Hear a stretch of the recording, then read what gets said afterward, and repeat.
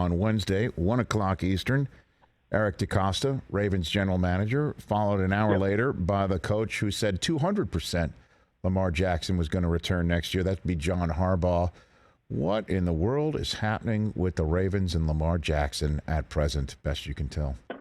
Yeah, I think stalemate is the right term, and I mean, look, I think that the Ravens genuinely love Lamar Jackson and genuinely want Lamar Jackson to be their starter for the next few years.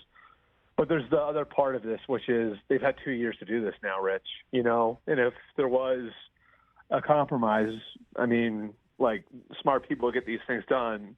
Like, if there was a compromise to be done, wouldn't it be done by now, And to me, that's the big thing that's hanging over all of this. You would think that if there was some sort of middle ground that they could have found between, the fully guaranteed contract that Lamar wants and the top of the market, more traditional quarterback deal the Ravens have been offering, well, then they would have found that middle ground by now, and they haven't. And so I think, there's a very, very big decision coming over the next, I think it's 8 days, when the deadline for the franchise tag comes.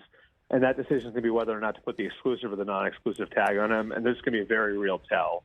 If they put the exclusive tag on him at $46 million a year, or $46 million for 2023, that means they're very, very serious about hanging on to Lamar Jackson and trying to get something done with Lamar Jackson, because that takes him off the market for everybody else and would make it much harder for another team coming in that would trade for him to negotiate a long-term deal, because the number's much higher. If they put the non-exclusive tag on him at $32 million, now all of a sudden we're open for business, and this thing could get really, really interesting really, really fast. So I think that's what you want to look for. They're at this stalemate, and I think the next big move is which of the two franchise tags the Ravens choose to put on Lamar Jackson. They're going to put one of them on him. It's just going to be a matter of which one. I think they should put the non-exclusive on him. Let him go hunt. Say, go hunt. You go hunt. Like, we're clearly, not seeing eye to eye. We love you to the point where we're willing to let you go for yourself and see what is out there. And they, we know that allowing you to do this, we could lose you. But we at least have the backstop of 2 first overalls, and we know that prevents you from talking to a couple of teams that don't have first round draft choices in the next 2 drafts. We get it, but that will also allow maybe a little extra room to see, Joe Burrow doesn't sign for fully guaranteed dollars, and Justin Herbert doesn't sign for fully guaranteed dollars.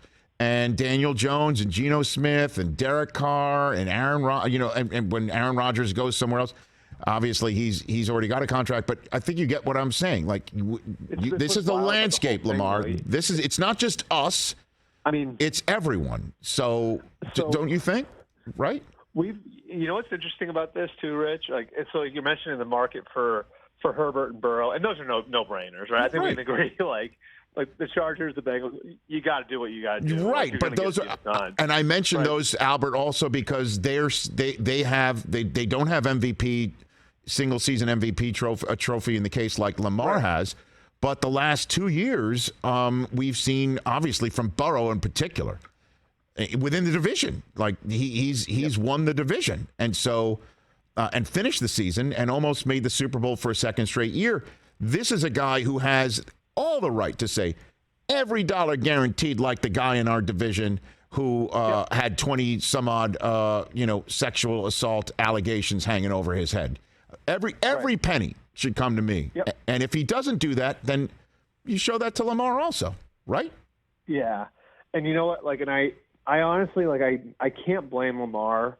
I actually think I get it. Huh? No, I get it too. No. Here's what's fascinating to me about it. I've told people I don't think this is all about the money, and they look at me sideways. If you're Lamar, just put yourself in Lamar's shoes for a second, okay? Yes. If you're Lamar, you have played out your rookie contract and taken on an unprecedented workload for a quarterback in the NFL. No one's ever run the ball, not even Cam Newton. No one's run the ball as much as Lamar's been asked to, and the whole offense has been built around his ability to run the ball, right? You've taken on that amount of injury risk. You've had 2 seasons end in a really bad way the last 2 years, in part as a result of that, right?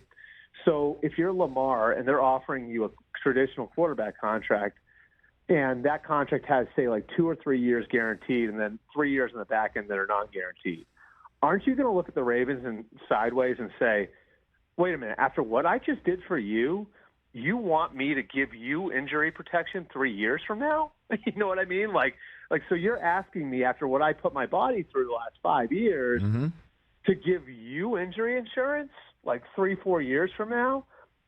I think that that's a huge part of it. And so much of what Lamar's done is non-traditional, and so much of the things that he does are based on principle. I think that's a part of this. The other part that's interesting to me is what happens with the secondary quarterback market after your Burrows, after your Lawrences, because, if he is out there with a non-exclusive tag, that's going to be sort of, the pool he's going to be swimming in. The difference being, of course, that a team would have to give up 2 first-round picks and a contract to get him.